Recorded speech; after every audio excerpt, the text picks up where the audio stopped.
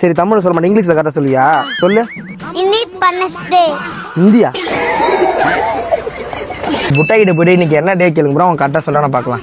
சரி நீ கேட்டனால செஞ்சுட்டா போச்சு. உங்க கேங்ல இந்த மாதிரி ஒரு பையன் இருப்பான், மறக்காம அவனுக்கு இது ஷேர் பண்றேங்க. மாமா இன்னைக்கு என்ன நாள் தெரியுமா? என்ன நாள்? சுந்தர தேவன் திருவிழா. இதுக்கு தான் படிக்கடான்னு அடிச்சுக்கிட்டேன். சுதந்திரம். சுதந்திர தினம்.